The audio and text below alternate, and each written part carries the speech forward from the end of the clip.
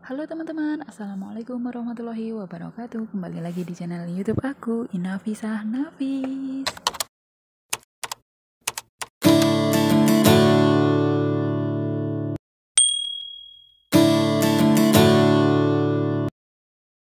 Buat teman-teman yang baru bergabung, jangan lupa untuk tekan tombol subscribe, like, dan komen. Dan jangan lupa untuk tekan tombol loncengnya supaya teman-teman tidak ketinggalan kalau aku upload video terbaru. Selamat menonton. Hingga sampai pada hari ini ya kita masih taat sama Allah Subhanahu wa taala, menjalankan sunnah-sunnah Rasulullah, menjalankan kewajiban dan menjauhi larangannya. Itu adalah nikmat yang selalu harus kita syukuri dan kita perbaharui. Kemudian nikmat yang mungkin sering kita lupakan adalah nikmat waktu. Semua orang memiliki modal ini waktu. Maka waktu luang sama kesehatan ini harus selalu kita gunakan dengan sebaik-baiknya untuk kebaikan. Ya, karena kesehatan kita kalau punya uang banyak pun, kalau kesehatan kita diambil sedikit saja, maka makanan banyak di depan kita ini nggak bisa kita nikmati, ya. Nah, maka mari kita bersyukur, alhamdulillahirabbil alamin, di atas segala nikmat yang Allah berikan kepada kita. Salawat dan salam kita haturkan kepada baginda Nabi besar Muhammad Shallallahu Alaihi Wasallam beserta keluarga, sahabat, pengikutnya, ya umatnya, dan semoga kita termasuk ke dalam umatnya Nabi Muhammad Shallallahu Alaihi Wasallam yang kelak kita nantikan mendapatkan syafaat dari beliau di yaumul akhir kelak. Dan kalau kita mencintai Nabi Muhammad, maka ya kita harus selalu mengingat-ingat Nabi Muhammad, ya. Mengingat-ingat kemudian menjalankan sunnah-sunnahnya. Kalau kita mimpi ketemu Rasulullah, kan kita semua ingin pasti ya, kan? Dan kalau mimpi ketemu Rasulullah itu nggak bisa dari setan, karena setan nggak bisa menyerupai Rasulullah, kan? Ya kita harus mencintai dulu, ingat-ingat terus, kemudian menjalankan sunnahnya. Mudah-mudahan kita dikasih nikmat sama Allah untuk bisa mimpi ketemu baginda Nabi, ya amin Allahumma amin. Ibu-ibu sekalian yang dirahmati Allah Subhanahu wa taala, dalam momen Maulid Nabi ini, maka banyak sekali pelajaran yang bisa kita ambil ya dari Nabi Muhammad SAW. Teladannya baik dari sisi beliau adalah kepala keluarga, seorang suami, seorang pemimpin, seorang sahabat, semuanya ada suri teladan dari Nabi Muhammad SAW. Satu-satunya seseorang yang dijamin oleh Allah dosanya diampuni yang telah lalu, diampuni yang sekarang, dan juga yang akan datang bila ada, adalah Nabi Muhammad SAW. Ketika Nabi Muhammad mendapatkan gelar itu, diampuni dosa yang telah lalu, sekarang maupun yang akan datang, yang ada justru Rasulullah Muhammad SAW, beliau justru ibadahnya semakin kencang, ibadahnya semakin nambah. Tidak cukup dengan yang wajib saja, yang sunnah pun dilakukan. Dan dalam riwayat Nabi Muhammad sampai kakinya bengkak karena saking lamanya ibadah di malam hari itu. Satu ketika Aisyah radhiyallahu anha, istri dari Nabi Muhammad, bangun malam mendapati suaminya Rasulullah sedang sholat malam. Kemudian Aisyah tidur lagi. Bangun lagi di tengah malam melihat suaminya masih melanjutkan sholat. Kemudian di sepertiga malam bangun lagi, ternyata Rasulullah masih saja melanjutkan sholatnya. Kemudian Aisyah sebagai istrinya penasaran, kan ya, ini kok dari tadi nggak selesai ibadahnya, ya. Kemudian Aisyah bertanya kepada Nabi Muhammad, kepada suaminya, ya Muhammad, ya Umairah, makanya inilah yang kemudian menjadikan modal bagi Rasulullah SAW untuk dekat sama Allah. Dengan giatnya ibadah sama Allah, rajinnya ibadah sama Allah, bertambahnya ibadah sama Allah, maka Rasulullah menjadi dekat sama Allah. Ketika Rasulullah dekat sama Allah, maka segala rintangan, segala tantangan, segala cobaan yang dihadapi Rasulullah ketika berdakwah pada saat itu kepada kaum kafir Quraisy yang sangat keras, yang sangat jahiliyah, yang sangat memusuhi, maka Rasulullah tetap tegar, tetap sabar, karena Rasulullah dekat sama Allah Subhanahu wa taala. Kita tahu tuh zaman Quraisy dahulu kan itu zaman jahiliyah, menyembah berhala. Kemudian anak kalau perempuan dikubur hidup-hidup. Sekarang mungkin lebih jahiliyah, sekarang anak belum lahir sudah dibunuh, Bu, ya. Atau sudah lahir dibuang ke selokan, kan? Jadi bisa jadi sekarang lebih jahiliyah dibandingkan zaman dulu. Nah, Rasulullah itu, Bu, dalam berdakwah kita tahu awal mula beliau berdakwah sendirian, berdakwah secara diam-diam. 3 tahun berdakwah hanya mendapatkan 11 pengikut. Coba, Allah digaji enggak, hidup juga dalam keadaan miskin, keadaan lapar, ditahan 3 tahun hanya 11 orang. Dicaci, dimaki, dianggap pembohong, direndahkan, diludahin segala macam.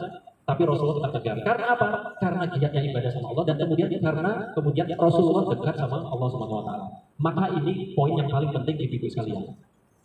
Kunci agar kita tegar dalam segala cobaan, sabar dalam segala ujian, kita harus dekat sama Allah. Kita harus mencari sandaran yang benar. Kita harus mencari tempat kembali yang benar. Karena kadang-kadang kita itu salah mencari tempat kembali. Kita kalau sandarannya sama manusia, Bu. Manusia itu kan punya batasan waktu, punya batasan jarak, punya batasan umur juga, punya batasan mood atau enggak mood dianya gitu kan. Punya batasan dia lagi mampu atau enggak mampu. Kadang-kadang teman bisa bantu, kadang-kadang nggak bisa bantu juga. Maka kalau kita sandarannya sama orang, sama manusia, pasti kecewa. Ya pasti kecewa.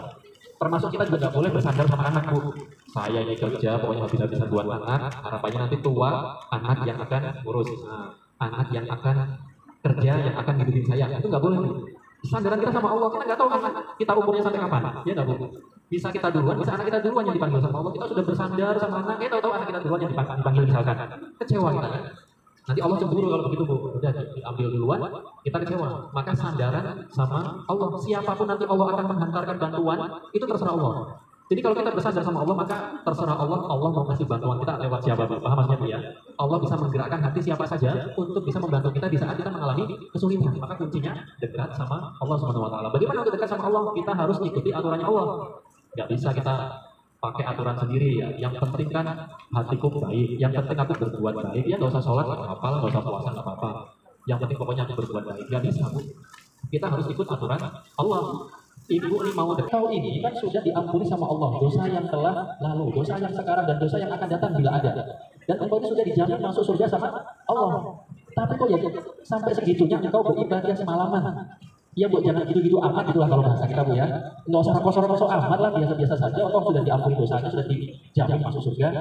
Kemudian apa jawaban Rasulullah, Bu? Sederhana, simpel, tapi melambangkan kepribadian yang agung. Rasulullah menjawab, apakah aku ini tidak senang mendapatkan gelar hamba yang bersyukur dari Allah Subhanahu wa taala, abdan syakur. Jadi, Bu, semakin diampuni dosanya, semakin dijamin masuk surga sama Allah, maka Rasulullah semakin hebat dalam beribadah, semakin giat dalam beribadah. Ya mungkin sama ibu-ibu misalkan, kalau kita ingin dekat sama Allah, maka kewajiban utama dilakukan. Yang 5 waktu lapor kita menghadap dilakukan, ya kan? Puasa yang wajib kita kerjakan. Belum cukup di situ. Kita lakukan yang tambahannya, Bu. Sholat sunnah, rawatib misalkan, duha misalkan, tahajud misalkan, puasa sunnahnya dilakukan. Maka insya Allah, ya kan Allah melihat kita beribadah, Bu. Ya Allah insya Allah akan angkat derajat kita, Bu. Ya, kita akan dekat sama Allah. Dan kalau kita sudah diangkat sama Allah, maka seluruh dunia mau menjatuhkan kita, tidak akan pernah bisa. Sebaliknya kalau kita mau dijatuhkan sama Allah, seluruh dunia mau mengangkat kita, ya dasarnya nyungsep, ya. Kita lihat, Ibu, kalau ada orang yang tadinya terkenal kaya, tahu-tahu nyungsep, ada nggak, Bu? Ada, ya. Atau yang tadinya miskin, jadi derajatnya naik, ada. Maka, Bu, ya pernah atau jangan pernah kita merasa takut. Ya, jangan pernah kita merasa khawatir. Takutlah kalau kita tidak dekat sama Allah. Takutlah kalau kita tidak taat sama Allah. Seluruh dunia mau mencelakakan kita, kalau Allah mau selamatin kita, nggak akan pernah celaka. Seluruh dunia mau menyelamatkan kita, kalau Allah mau mencelakakan kita, ya kita tetap celaka. Ya maka ya kalau kita dapat musibah atau apa, ya kita jangan pernah kemudian, oh tadinya saya nggak begini ya. Oh coba kalau tadi saya lewat sana, saya nggak akan kesandung misalkan ya. Oh coba kalau tadi begini, coba kalau tadi begitu. Nah kalimat-kalimat begini ke depan jangan sampai terlontar lagi di mulut kita, karena ya semua sudah Allah takdirkan. Allah ingin angkat derajat kita, ya kita akan diangkat. Allah ingin turunkan derajat kita turunkan. Makanya kita harus selalu dekat sama Allah, ya, harus selalu minta sama Allah, bersandar sama Allah, mengharap sama Allah, apapun sama Allah. Terserah Allah, nanti Allah akan menjalankan hatinya siapa, menggerakkan hatinya siapa untuk menolong kita, ibu sekalian. Kembali ke tadi cerita Nabi Muhammad SAW yang selalu ditekan perjuangannya, yang selalu ingin dihentikan perjuangannya oleh kaum kafir Quraisy, tapi Rasulullah tetap tegar, Rasulullah tetap maju, Rasulullah tetap jalan. Puncaknya, ibu sekalian, sebelum itu, setelah dakwah secara sembunyi-sembunyi, kemudian Rasulullah tingkatkan dakwah secara terang-terangan juga. Saat itu kemudian Rasulullah mengumpulkan manusia, mengumpulkan orang-orang Mekah saat itu. Kemudian Rasulullah pidato, ya ayuhan nas, para manusia, ya orang-orang. Apakah engkau percaya sama aku, percaya sama Muhammad? Ya, Nabi Muhammad kan nggak pernah bohong, ya, nggak pernah bohong sedikit pun sejak kecil. Kalau engkau percaya dengan aku, maka jagalah diri kalian dan keluarga kalian dari api neraka. Sembahlah Allah, Allah yang satu, Allah yang esa, Allah yang tidak beranak dan tidak diperanakan. Nah, inilah dakwah pertamanya Rasulullah ya. Tauhid, mengajak manusia untuk mengesahkan Allah, untuk menyembah Allah. Tinggalkan Lata, Uzza dan berhala-berhala, semua tinggalkan. Nah, kemudian ketika Rasulullah berdakwah seperti itu secara terang-terangan, pidato seperti itu, maka Abu Lahab interupsi. Ya Muhammad, apakah kami ini dikumpulkan hanya untuk mendengarkan ocehanmu? Kalau begitu celakalah engkau Muhammad. Ya kalau bahasa kasar sekarangnya, mampus engkau Muhammad. Mau mampus kayak gitu kan? Nah tapi Rasulullah dengan bijaknya Rasulullah tidak menjawab makian dari Abu Lahab itu. Tapi yang menjawab Allah lewat surat apa Bu? Al-Lahab ya, tabbat yada abi Lahabin wa tab. Bukanlah Muhammad yang celaka, tapi Abu Lahab lah yang celaka. Nah kemudian ibu sekalian, puncaknya ketika kaum kafir Quraisy tidak berhasil untuk menekan Rasulullah, untuk menghentikan dakwahnya Rasulullah, kemudian para dedengkot kafir Quraisy ini rapat di Darul Arqam. Mereka rapat untuk membahas perkembangan dakwahnya Nabi Muhammad, dakwahnya Islam. Gimana nih kok Islam makin lama makin berkembang nih? Pengikutnya loyal-loyal, kita sudah apain saja, mereka tidak menyerah. Kita ludahin sudah, lemparin kotoran mentah sudah, kita ancam bunuh sudah, semuanya sudah kita lakukan. Akhirnya dia musuh. Ya udah kalau begitu kita bunuh saja Rasulullah, kita bunuh saja Muhammad. Kemudian ada yang bilang, tapi kan Muhammad punya keluarga. Nanti kalau misalkan kita bunuh, bagaimana nanti keluarganya kalau menuntut balas kepada kita? Oke lah, begini saja. Kita ini kan terdiri dari banyak kabilah, banyak suku-suku bukan di Arab itu. Bagaimana kalau setiap suku kita turunkan algojo, satu suku, satu algojo atau satu pendekar gitu lah ya. Kemudian nanti datang secara bersama-sama dan kita bunuh Muhammad bareng-bareng, kita tusuk bareng-bareng sehingga nanti kalau keluarganya menuntut balas, dia tidak akan berani karena akan berhadapan dengan semua suku yang ada di Arab. Bagaimana? Oke, setuju. Kapan nanti akan kita bunuh? Gak usah lama-lama, besok malam kita eksekusi. Nah akhirnya Bu, setelah itu rapat selesai, kemudian disampaikan tolong jangan bilang siapapun ini rahasia negara. Yang bilang nanti akan kena sanksi berat. Akhirnya setelah itu pulang semua Bu, tapi namanya manusia Bu, dibilang jangan cerita-cerita, pulang cerita ke istrinya. Tadi saya rapat Bu, rapat apa? Itu besok malam kita mau melakukan pembunuhan. Pembunuhan ke siapa? Ke Muhammad. Oh, tapi jangan bilang-bilang ya ini rahasia negara gitu kan. Oke. Besok paginya, ibu-ibu biasa gosip ya, ke tetangganya. Kamu tahu nggak? Semalam suami saya bilang kalau nanti malam mau ada pembunuhan siapa? Muhammad. Lo kok tahu? Iya, suami saya ikut rapatnya. Oh, tapi jangan bilang-bilang ya, ini rahasia negara. Begitu seterusnya, dia cerita jangan bilang-bilang ya, jangan bilang-bilang ya, ini rahasia negara, jangan bilang-bilang semua. Akhirnya satu makanya mayoritas tahu kalau malam nanti akan ada rencana pembunuhan Rasulullah ibu sekalian, sehingga suasana mencekam. Kalau yang suka sama Rasulullah, yang simpati sama Rasulullah, aduh kasihan itu ya Nabi Muhammad, nanti malam mau dibunuh. Tapi kalau yang nggak suka, mau rasain itu ya Muhammad itu. Makanya dengerin apa, nanti malam mau dibunuh. Akhirnya Bu, malam tiba, suasana semakin mencekam. Ketika lewat maghrib, semua pintu dikunci. Orang-orang masuk ke rumah, pintu dikunci, bukannya tidur, ngintip mereka dari pintu untuk melihat para serdadu, para al-buju ini berangkat untuk membunuh ke rumahnya Rasulullah. Rasulullah pada malam hari itu dengan dua sahabatnya, Abu Bakar dan Ali bin Abi Thalib. Karena Rasulullah ya utusan Allah, dijaga sama Allah, didampingi malaikat Jibril, maka berita apapun Rasulullah akan sampai ya, karena diceritakan sama malaikat Jibril. Rasulullah, Ali, ya Rasul, kalau engkau gantikan aku di tempat tidur pakai selimut yang biasa aku pakai. Siap ya Rasul. Coba. Ali itu saat itu masih muda ya. Dia nggak bilang apa-apa, nggak nawar apa-apa. Harusnya kan kalau dia nawar kan bisa aja. Ya Rasul, kenapa saya disuruh ganti tempat tidur? Kenapa nggak Abu Bakar saja yang lebih tua ya kan? Karena menggantikan tidur di tempatnya Rasul itu resikonya apa Bu? Mati. Resikonya meninggal, resikonya dibunuh. Tapi karena sahabat yang luar biasa imannya, siap ya Rasul. Kemudian Ibu, para al-buju sudah mengepung rumahnya Rasulullah. Rasulullah kemudian keluar rumah bersama Abu Bakar. Rasulullah mengambil Rasul itu Bu, jangankan ke sesama sahabat, ke sesama orang Islam, sama musuh-musuhnya saja dia tampilkan akhlak yang mulia. Ketika beliau jalan diludahin, musuhnya jalan diludahin lagi. Esokan hari ini tahu-tahu nggak ada ludahin. Rasulullah penasaran ini kemana orangnya ya yang biasa tiap hari saya lewat sini. Ternyata tanya sana tanya sini, dia orang yang biasa meludahi sedang sakit, dicarilah rumahnya sama Rasul, dijenguklah sama Rasul. Orang yang meludahi malunya setengah mati, Bu. Ya enggak? Dia biasa meludahi, pas sakit dijenguk sama orang yang diludahi.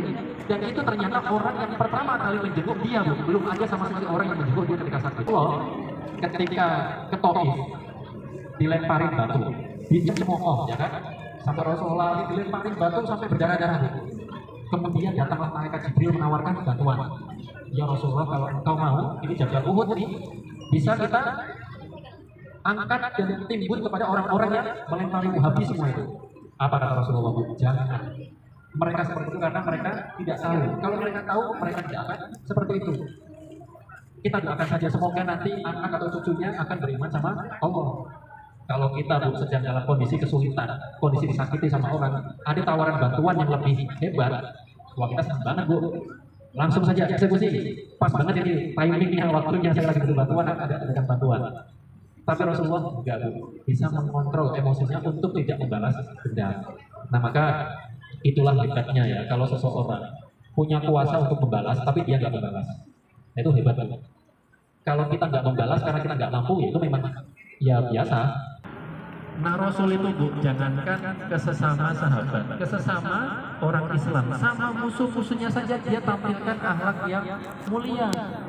Ketika beliau jalan diludahi, besoknya jalan diludahin lagi. Keesokan harinya tahu-tahu nggak ada ludahin. Rasulullah penasaran, ini kemana orangnya ya yang biasa meludahinya tiap hari saya lewat sini. Ternyata tanya sana, tanya sini, dia orang yang biasa meludahi sedang sakit, dicarilah rumahnya sama Rasul, dijenguklah sama Rasul. Orang yang meludahi malunya setengah mati, Bu. Ya enggak? Dia biasa meludahi, pas sakit dijenguk sama orang yang diludahi. Dan itu ternyata orang yang pertama kali menjenguk dia, Bu. Belum ada sama sekali orang yang menjenguk dia ketika sakit. Ya Masya Allah, kalau